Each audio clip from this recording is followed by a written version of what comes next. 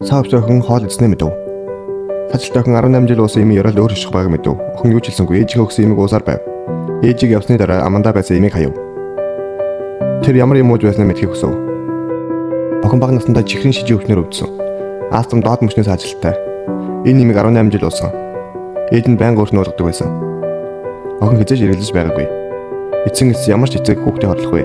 Нэг өдөр ээж нь дэлгүүрээс ирэх үед охин уутнаас шоколад авахыг хүсжээ. Тэр үед Шамын уутанд капсултай юм байхыг олж мэдэв. Гайхалтай нь эдгээр юм охины өдөр болгон ууж байсан юм байтал шашхан дээр ээжийнх нь нэр байлаа. Гинт ээжийн хөлийн чимээ сонсогдов. Охин чимээг өхөн хурдан явжээ. Орой ээж нь дахин юм авчрав. Өдрийн болсон явдлыг санан Шамын ихсэг эргэлзэв. Учир нь капсулын данхан дээр миний ээжийн нэр байсан. Шамын түнд эргэлзэхгүй байж чадсангүй. Харин ээж эмч буруу бөгсөн гэж хэлээд тавьшрууллаа. Эцэст нь охин итгэхээр шийдсэн боловч гэхдээ аажмаар эмийн хэмжээ ихсэж байгаа сэтгэл нь амарсангүй. Шамын хөлн саажилтайч тэр маш онцлогтой охин байжээ. Нэг өдөр ээжигээ байхгүй үед өөрийн зохион бүтээсэн механик гараараа эмийн санг авчээ. Өрөөнөөс гарч ирээд шуудангийн машин ирж байгааг мэдэв. Шамын маш баяртайгаар лифтэн цун доошоо буужээ. Тэр сургуулийн эсэлтийн захиалгаа хүлээж байсан. Хаалга онгойлгохоор явхад ээжтэйгээ тулгарав. Ээж нь загтал байхгүй хэлв. Хэрвээ ирвэл шууд өгнө гэж амлав. Аль болох хурдан Шамыг өгнө гэв. Өрөөндөө буцаж Шамаа саяхан авсан нэмээ судлав. Эмийн сав дээр хин нэрнээс гадна доод талд нь өөр шошго байгааг олж харжээ. Тэр өдрөөс хойш охин ээжтэй итгэх болж эмээ уух болгондоо гаргаж хайдаг болов.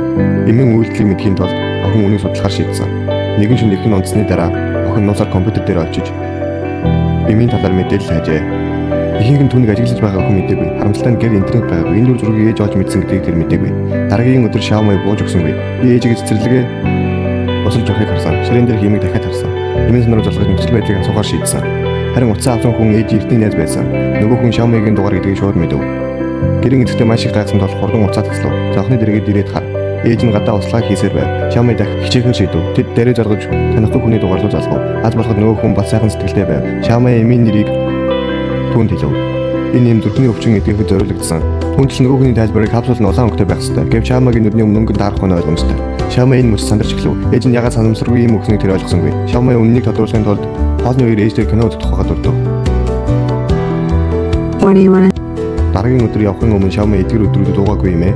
Халаасан дотор нууж энэ боломжийг ашиглан үннийг тодруулах гэж найдаж байв. Удахгүй ээж охин хоёр кино дотор үднэрлээ. Киног хагас цаг үзв. Шамаа их ус уусан гэж бодлоо хэлв. Ариун цэвэр өрөө орохоор явлаа. Кино дотроос амжилттай гарав. Тэр хамгийн орхон эмийн санг олохын тулд тэр гэнэтрээ ашигласан. Харамсалтай нь эндүү олон хүн байлаа. Түүнийг эргэж ирэхэд кино дууссан байв. Шамаа хүмүүс төрөл тоож байгааг их хүсжээ. Ах ихэндээ татгалзаж байсан ч Шамаагийн байдлыг хараад ах юу ч хэлсэнгүй. Ингээд Шамаа хүсснээр эхний байранд оржээ. Эмийн санчийн асуултанд хариулахдаа охин халаасаасаа ногоон капсулаа гаргаж эмийн үйлчлэгийг асуув. Эмийн санчийн хариулт үнэхээр охиныг сочирдуулсан. Энэ юм мал зориулсан юм байжээ. Анагаах ухааны нэршлэн бортон зулруулсан юм. Удаан хэрэглэх хөл мэдээгүй болно. Хэрвээ энэ нэмийг хүнд өгвөл юу болох вэ? Таны хөл саажиж магадгүй гэж бодож байна. Энэ үгийг сонсоод Шамаа үнэхээр итгэж чадсангүй. Энэ үед их нь яг гарч иржээ.